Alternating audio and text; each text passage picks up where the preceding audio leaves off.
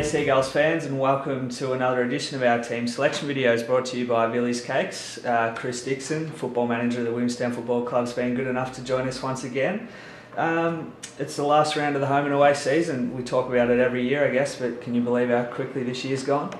Especially this year, I think it's come along very quick. So we've had a fair bit on with the 150th year, the Hall of Fame function. I think the Foxtel Cup has sort of meant the year's probably gone a bit quicker as well. So that's sort of given a bit of a focus throughout the middle of the year. But yeah, no, it's really come around very quickly. So but looking forward to it at the same time. So obviously our last game this week, and then yeah, hopefully a few finals to come after that. Now last week it was a hard-fought win over North Ballarat, Upper Ballarat. That must have been good preparation before finals. We sort of recognised it, as I think I said last week, it's our first game against a top outside in a long time. So it was good for us to really step up to that level. North Ballarat, to their credit, gave us a really good game, and we were pretty disappointed in the way we played. We had probably one good quarter in the third quarter, but I think across the game they were probably down on a lot of our normal, I guess, KPIs, and probably individually we had a lot of players below their usual output. So having said that, to come away with a win, extremely pleasing, and it's a tough place to win games up there. They'd won their last 7 in a row up there, so for us to come away with the points, obviously every win's really critical this time of year, so good to get the points, but certainly we've a lot to work on, and yeah, a lot of things that we've been trying to work on during the week going forward in the finals. Now playing another top 8 side this week in Sandringham, who have had a great late season form, winning their last 3 games to clinch a finals berth. Who are some of the key guys to look out for from those guys? Yeah, they've done really well. So their win last week was a tremendous effort. So it's sort of for them to win out of Werribee. I know sort of Werribee got hold of them earlier in the year, but a really massive game for them. Both teams were obviously trying to cement a final spot.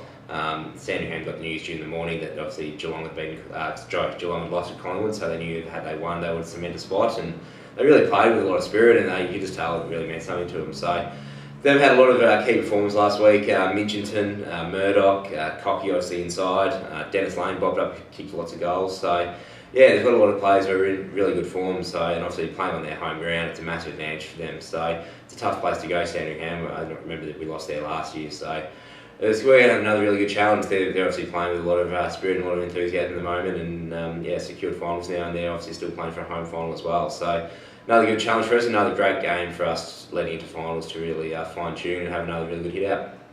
Now, moving along to team selection news, it'll be good to see our number 1 and number 5 running around there on the weekend.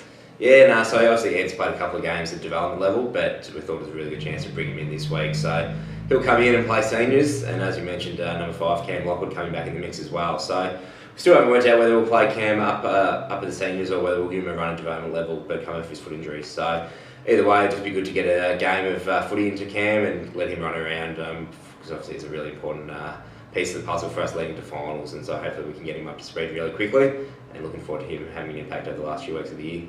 And we've got another debut this week in Jack Walker. Can you tell us a little bit about what sort of player he is? Jack's a great story. So Jack's the second year on our list. So last year he had a lot of problems with OP, so he missed the most part of the year, and actually came in and played really well, played in that development premiership side. But Jack's come from us from the Western Jets, sort of small defender, can sort of run through the midfield as well, but just a kid who's just done everything right, even all the way through his injuries last year. He was just that meticulous with his rehab. He probably didn't play a game of footy in over probably about close to 12, 15 months, but his commitment to come down and train, do all the right things, and the way he actually got back on the field last year was sensational. So there's a lot of people who just wrap for Jack to get the game. His form and development level has been really good. We know we can trust on him to come in and do a job. So fantastic story for him to come in and play senior football, and I'm sure he's looking forward to the challenge, and I'm sure he'll have a really good impact on the game as well. Now, obviously, the name side is still in squad form, but if Walker and Damien Bajaya end up playing, that'll make 42 Seagulls who have played senior footy this year. That's a great testament to the depth the club has. Yeah, so probably when you say 42, it's a pretty high number, considering we've probably only got about 63 on that list or so. So great that we've had that many guys come in. A lot of guys obviously come in and got their opportunity, and we've been able to sort of give a few more opportunities around with the rotation sort of through with a few Foxtel Cup games as well. So fantastic. As you mentioned, Damien Bajara as well, probably similar to Jack, another one who's had his fair share of injury problems. So he's come back. He was really good last week at development level, and if he gets his chance this week, another great story, because probably on talent alone, he's in easily probably the top 10, 15 players in the club. He just hasn't had that bit of luck yet. So hopefully he gets his chance. If he does, I'm sure he'll do pretty well as well.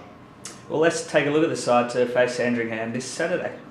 From the back line, so our 23rd player, Jack Walker, David Fay and Nick Singh.